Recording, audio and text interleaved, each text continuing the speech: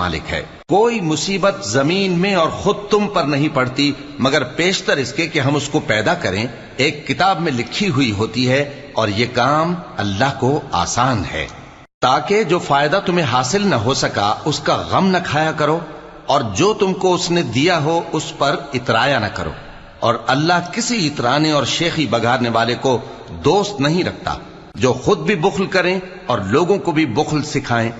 اور جو شخص روح گردانی کرے تو اللہ بھی بے نیاز ہے، لائق حمد و ثنا ہے۔ ہم نے اپنے پیغمبروں کو کھلی نشانیاں دے کر بھیجا اور ان پر کتابیں نازل کی اور میزان عدل، تاکہ لوگ انصاف پر قائم رہیں، اور لوہا پیدا کیا کہ اس میں اسلحہ جنگ کے لحاظ سے زور بھی بہت ہے اور لوگوں کے لیے فائدے بھی ہیں،